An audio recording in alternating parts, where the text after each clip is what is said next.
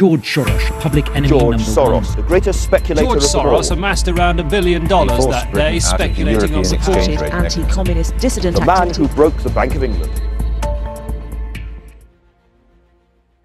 They called him the man who broke the Bank of England. In one daring stroke, he shattered financial norms, pocketing $1 billion in a single day and rewriting the rules of global finance forever. But behind the headlines and the fortune lies a story far more gripping. Before fame, before wealth, he was a young boy in Nazi-occupied Hungary, where life was a razor's edge and every moment a gamble. He learned to outwit danger, maneuvering through a world darkened by war and genocide. Witnessing the Holocaust etched into him an unshakable understanding of the fragility of freedom and the devastating cost of unchecked power. Rising from the ashes of war-torn Europe, he transformed his hard-earned resilience into a force that would shake the world. The audacious financial moves that earned him global recognition were only the beginning. For him, money was never the destination. It was the weapon he wielded against oppression. This is not just the story of a financier, it is the saga of a man who refused to be defined by his circumstances. From surviving the horrors of the Holocaust to shaping the fate of nations, George Soros's life is a journey of survival, disruption, and transformation.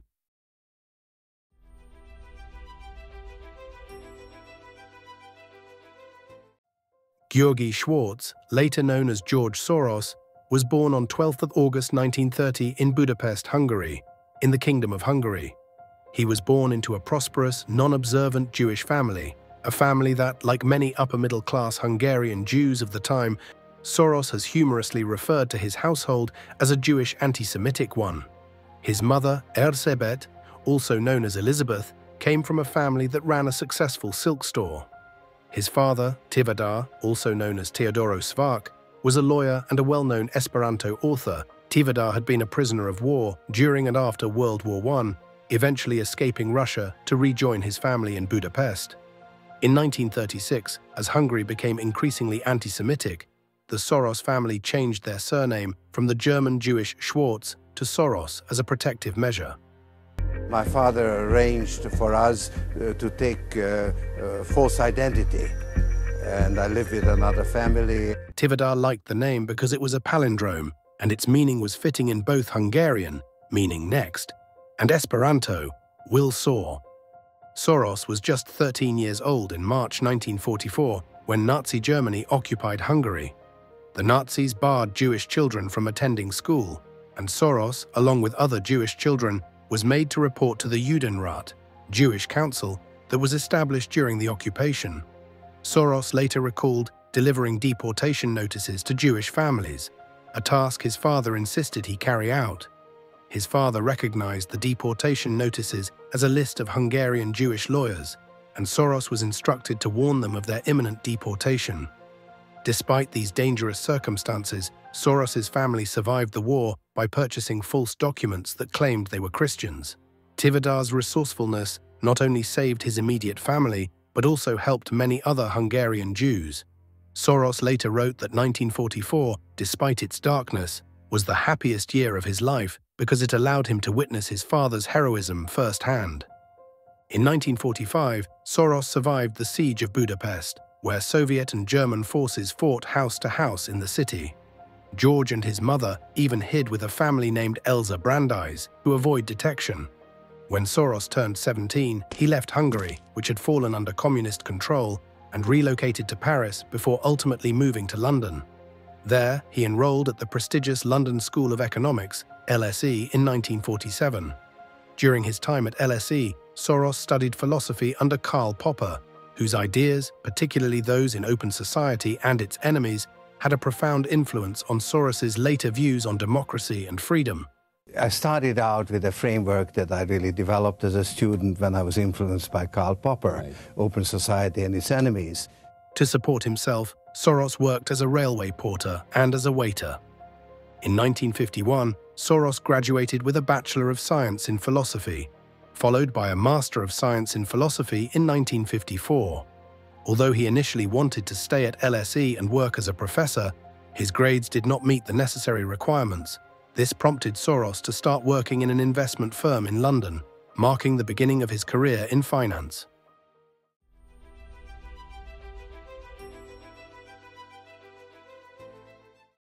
After completing his master's degree in 1954, Soros was eager to break into the world of finance. His first job in the financial sector came at the Singer and Friedlander Merchant Bank in London in 1955.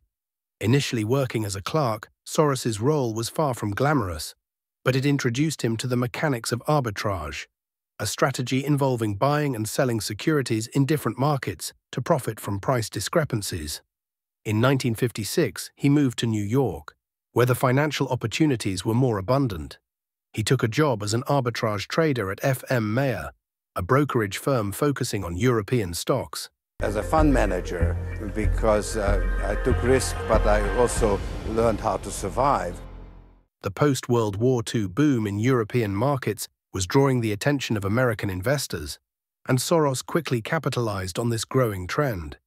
By 1959, Soros had moved again, this time to Wertheim & Co., a prominent New York-based investment firm. Soros worked there as a financial analyst, focusing on European securities.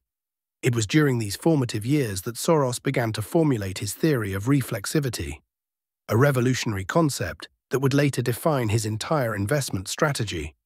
Soros's early career provided him with invaluable experience in understanding both the technical and psychological components of financial markets, but it also sparked in him a desire for greater autonomy and a deeper engagement with the financial world beyond being a mere analyst. George Soros had solidified his reputation as an astute analyst, known for his deep understanding of market dynamics and his ability to identify opportunities others overlooked. In 1963, he joined Arnold & S. Bleichruder, a German-American investment bank, as a vice president. In 1969, Soros launched the Double Eagle hedge fund as a subsidiary of Arnold & S. Bleichruder's First Eagle Fund. The fund began with an initial capital of $4 million, of which Soros contributed $250,000 from his personal savings. Strategically based in Curaçao, Dutch Antilles, a location chosen for its favorable tax and regulatory environment, Double Eagle quickly became a platform for Soros to implement his bold, contrarian investment strategies. Within just a few years, Double Eagle experienced remarkable growth, managing $12 million by 1973. With this success, Soros made a pivotal decision to establish his independent firm, Soros Fund Management, and rebrand Double Eagle as the Quantum Fund. The name itself was inspired by Soros's fascination with quantum mechanics, reflecting his innovative approach to analyzing market behavior. Unlike traditional investment vehicles, the Quantum Fund embraced the dynamic and unpredictable nature of financial markets, with Soros leveraging his reflexivity theory to predict and exploit market trends. The 1980s were a time of immense growth for Soros and the Quantum Fund. By 1981, the fund had grown to $400 million, and Soros's reputation as a shrewd and bold investor was firmly established. Right now, his Quantum Group hedge fund moves $14 billion of rich investors' money around the world every day. During this period, Soros capitalized on the volatility of European markets, including currency fluctuations and interest rate changes, which allowed him to consistently outperform most other hedge funds. In 1988, Soros was contacted by a French financier named Georges Pébereau, who asked him to participate in an effort to assemble a group of investors to purchase a large number of shares in Société Générale, a leading French bank that was part of a privatization program, something instituted by the new government under Jacques Chirac. Soros eventually decided against participating in the group effort, opting to personally move forward with his strategy of accumulating shares in 4 French companies, Société Générale, as well as Suez, Paribas, and the Compagnie Générale d'Électricité. In 1989, COB, the French Stock Exchange Regulatory Authority, conducted an investigation of whether Soros's transaction in Société Générale should be considered insider trading. Soros had received no information from the Société Générale and had no insider knowledge of the business, but he did possess knowledge that a group of investors was planning a takeover attempt. Initial investigations found Soros innocent, and no charges were brought forward. Soros's ability to predict the movements of financial markets reached its peak in 1992 during the infamous Black Wednesday crisis. The United Kingdom was part of the European Exchange Rate Mechanism, ERM. It was a day when the Bank of England lost billions and speculators made fortunes. It was in excess of $1 billion of profits. And Soros identified that the British pound was overvalued and vulnerable to market pressures. Betting against the pound, Soros executed a massive short sale of $10 billion, effectively betting that the UK government would not be able to defend its currency. When the British government devalued the pound, Soros made a $1 billion profit, and the media dubbed him the man who broke the Bank of England. This daring move cemented his reputation as one of the most successful investors of his generation. In the years following Black Wednesday, the quantum fund's assets grew exponentially, reaching over $12 billion by the mid-1990s. Soros's aggressive trading strategies did not come without controversy. In 1997, during the Asian financial crisis, he was accused of destabilizing currencies in Southeast Asia, particularly the Malaysian ringgit and Thai baht. Malaysian Prime Minister Mahathir Mohamad famously accused Soros of deliberately triggering the crisis for financial gain. Despite these accusations, Soros defended his actions. In the last 2 years, you've been blamed for financial collapse of Thailand, Malaysia, Indonesia, Japan, and Russia. Yeah, all of the above. All of the above. Yeah. Are you that powerful? No, I think there's a great misunderstanding. The Prime Minister of Malaysia said that the region spent 40 years trying to build up its economy, and along comes a moron like Soros. Right.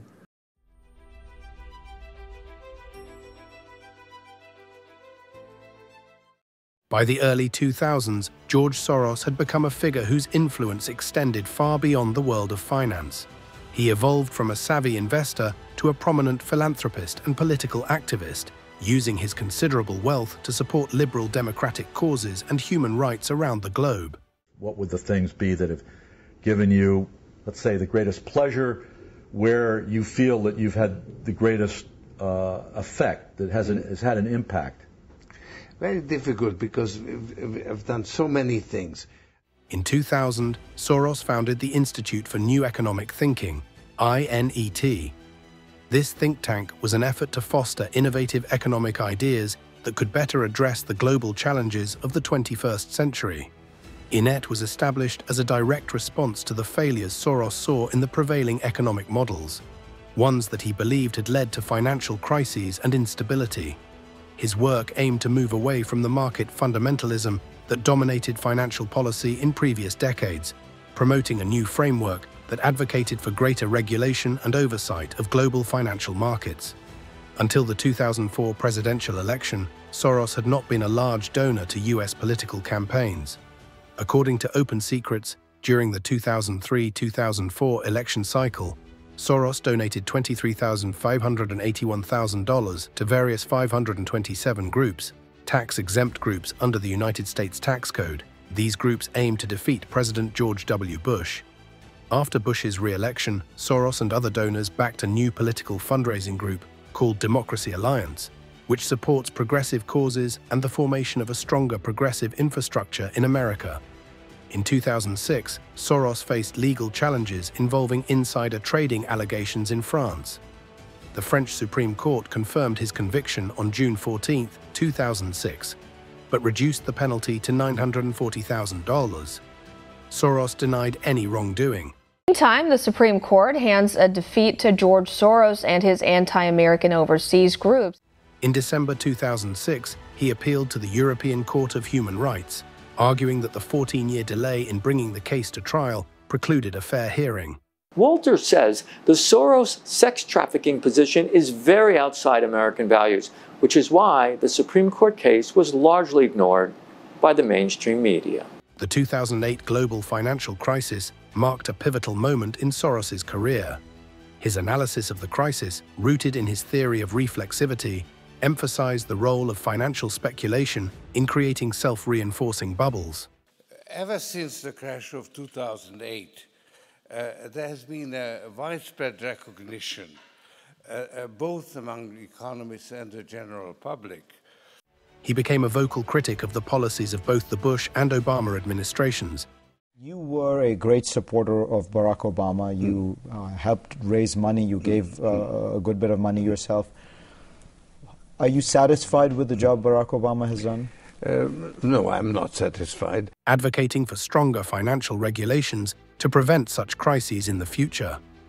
In August 2009, Soros donated $35 million to the state of New York, earmarked for underprivileged children and distributed to parents who had benefit cards at the rate of $200 per child, aged 3 through 17, with no limit on the number of children that qualified.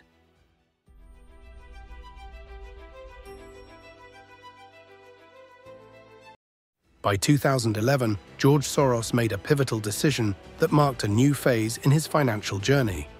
Due to changes in the U.S. Securities and Exchange Commission, SEC disclosure rules, Soros decided to transform his legendary quantum fund into a family office.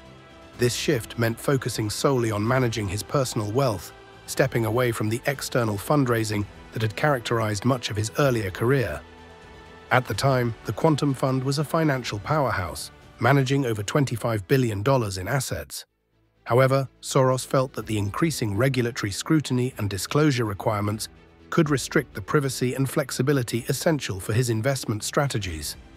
While Soros shifted his financial focus, his dedication to philanthropy and political activism only deepened. Through his Open Society Foundations, OSF, he supported initiatives promoting democracy, human rights, and social justice across Europe, Africa, and Asia. Under his guidance, OSF grew into one of the largest and most impactful philanthropic organizations in the world. In October 2011, a Reuters story titled "Soros Not a Funder of Wall Street Protests" was published after several commentators pointed out errors in an earlier Reuters story. The earlier article, "Who's Behind the Wall St. Protests?" inaccurately implied that the Occupy Wall Street movement may have benefited indirectly from the largesse of one of the world's richest men. In 2012, Soros donated $1 million to the super PAC backing President Barack Obama's re-election. The following year, in 2013, he contributed $25,000 to Ready for Hillary and became a co-chairman of the super PAC's National Finance Committee. Between 2015 and 2016, Soros donated a total of $9.5 million to Priorities USA Action, supporting Hillary Clinton's 2016 presidential campaign. In 2019, during the lead-up to the 2020 U.S. elections, Soros launched Democracy Pass to support progressive causes and Democratic candidates. By mid-2019, he had donated $5.1 million to PAC and later added $500,000 to support Joe Biden's campaign. In 2021, Soros continued his focus on political and social causes, particularly in supporting initiatives that aligned with his progressive vision. While major contributions during this period were less publicized compared to election years, Soros leveraged his Open Society Foundations, OSF, to further advocacy for voting rights, criminal justice reform, and transparency in governance across the US and globally. For the 2022 United States elections, Soros was the largest donor in the country, contributing $128.5 million to support Democratic candidates. His financial support underscored his commitment to shaping the political landscape in favor of progressive reforms and social justice. In February 2023, Soros criticized Indian Prime Minister Narendra Modi for alleged Islamophobia, cronyism, and authoritarianism, stating that India is a democracy, but its leader, Narendra Modi, is no Democrat. India is an interesting case. It's a democracy, but its leader, Narendra Modi, is no Democrat. Inciting violence against Muslims was an important factor in his meteoric rise. This sparked a backlash from Modi's Bharatiya Janata Party, BJP, which accused Soros of attempting to undermine Indian democracy. Indian Foreign Minister S. Jaishankar also described Soros as a dangerous individual. Later in December 2023, Israel's ambassador to the United Nations, Gilad Erdan, accused Soros of supporting pro-Palestinian organizations that seek the destruction of the State of Israel as a Jewish state. In Palestine, he funds groups like the Al-Haq and Palestinian Center for Human Rights, both associated with a terrorist group called the Popular Front. Soros's son Alexander countered these claims, dismissing them as distorted and dishonest right-wing attacks. George Soros's life is a testament to the power of determination, intellect, and an unwavering commitment to change. From enduring the horrors of Nazi-occupied Budapest to transforming global financial markets with his groundbreaking reflexivity theory, Soros's journey is one of extraordinary ambition and influence. But his legacy reaches far beyond finance. His dedication to democracy, human rights, and social justice has cemented his place as a global leader and visionary. Through his investments, philanthropy, and advocacy for open societies, Soros has not only shaped economies, but also impacted the lives of millions worldwide. His story reminds us that great wealth carries even greater responsibility, and that one individual can indeed challenge power structures to create a freer, fairer world. What do you think about George Soros's impact on the world? Leave your comments below.